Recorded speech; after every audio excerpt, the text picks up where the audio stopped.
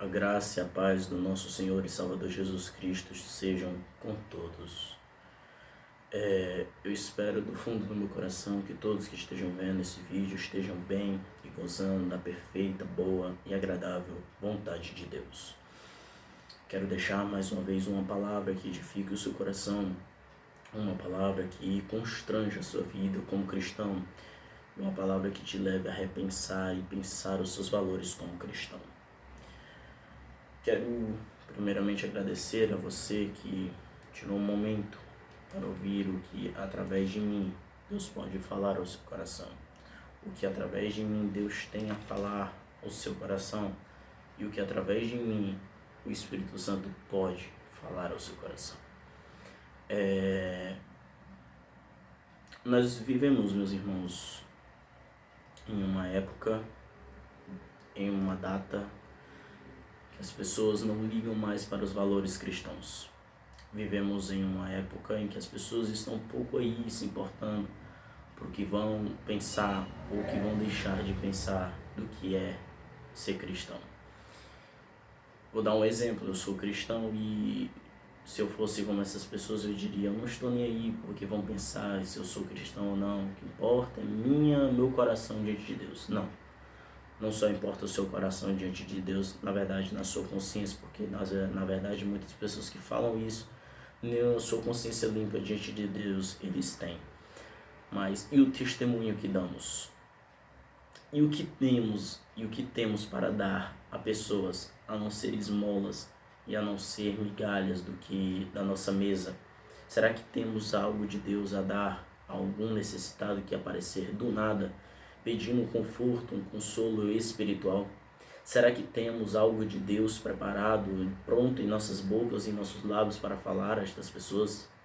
Eu quero compartilhar um texto com você que você vai entender isso melhor.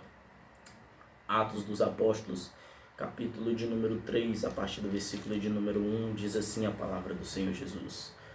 Pedro e João subiam junto ao templo à hora da oração, a nona, e era trazido um varão que desde o ventre de sua mãe era coxo, o qual todos os dias punham à porta do templo chamada Formosa, para pedir esmola aos que entravam.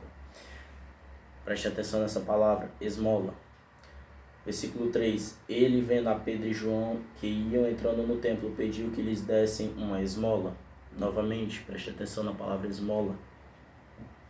E Pedro, com João fitando os olhos neles, disse, olha para nós. E ele olhou para eles esperando receber alguma coisa. E disse Pedro, não tenho prata nem ouro, mas o que tenho, isso te dou. Em nome de Jesus Cristo, o Nazareno, levanta-te e anda. Aqui nós vemos a história de um homem que, na verdade, nós vemos uma história no começo de Atos, após podemos dizer, a partida de Jesus desta terra, a ascensão de Jesus aos céus. Os apóstolos deram início a um novo ministério, um ministério que eles vinham há 3 anos aprendendo com seu mestre, o próprio Senhor encarnado Jesus Cristo. E aqui eles começam a exercer seu ministério de cura, de milagres, de prodígios e maravilhas em nome do Senhor Jesus. E aparece um coxo na porta do templo chamada Formosa, ao qual eles iam orar. E por que eu pedi para você prestar atenção na palavra esmola? Este coxo era coxo desde o ventre de sua mãe, quer dizer, desde o seu nascimento.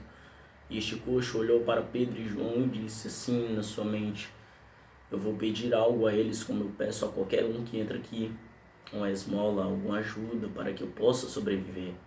Pois eu não tenho condições de trabalhar, não tenho condições de ganhar o meu próprio dinheiro. Então eu vou pedir uma esmola para ver se esses homens que vão orar vão me ajudar. E Pedro e João estão entrando no templo para orar. A única coisa que eles dizem é, olha para nós. E aí o texto seguinte vai dizer, ele olhou, fitando os olhos neles, esperou receber alguma coisa. O que aquele homem estava esperando receber? Uma esmola.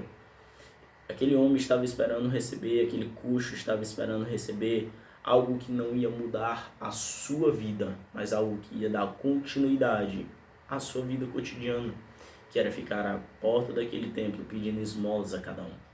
Então preste atenção, o que aquele homem estava esperando receber era simplesmente uma esmola, não era uma cura divina, mas algo que não ia transformar sua vida, mas algo que somente ia conformar aquele homem de que ele era assim e que até a sua morte ele iria permanecer daquela maneira. E Pedro diz, eu não tenho prata, eu não tenho ouro, mas o que tenho, isto eu te dou. Em nome de Jesus Cristo Nazareno, levanta-te e anda. O texto seguinte vai dizer que aquele homem não só andou, aquele homem saltou de alegria, entrou no templo e se apegou a Pedro e João.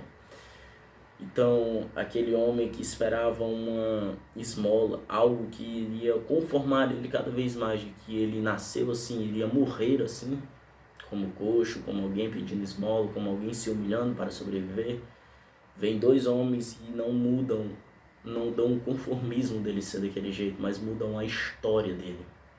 Mudam o seu passado, mudam o seu presente, mudam o seu futuro principalmente. Aquele homem, a partir de agora, ele não é mais um miserável pedindo esmolas. Ele é alguém que pode caminhar com as próprias pernas, que era o maior sonho daquele homem, com certeza.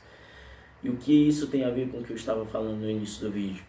Muitas pessoas hoje chegam para nós, meus irmãos, pedindo consolo espiritual, clamando por uma ajuda, um consolo, um renovo, um refrigério de Deus da nossa parte, para a vida deles. E nós não temos mais estas palavras que Pedro e João e que todos os apóstolos tinham na igreja primitiva para dar. Pedro e como demais apóstolos, eles tinham palavras prontas, eles tinham espírito voluntário ao Espírito Santo de Deus para todas as vezes que fosse necessário eles irem e anunciarem o Evangelho e pregarem as boas novas. Filipe, em Atos capítulo 8, ele recebe uma direção do Espírito, ele não contende, ele vai, ele aceita a direção do Espírito.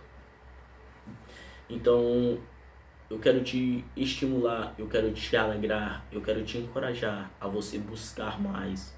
E a eu buscar mais a presença do nosso Senhor.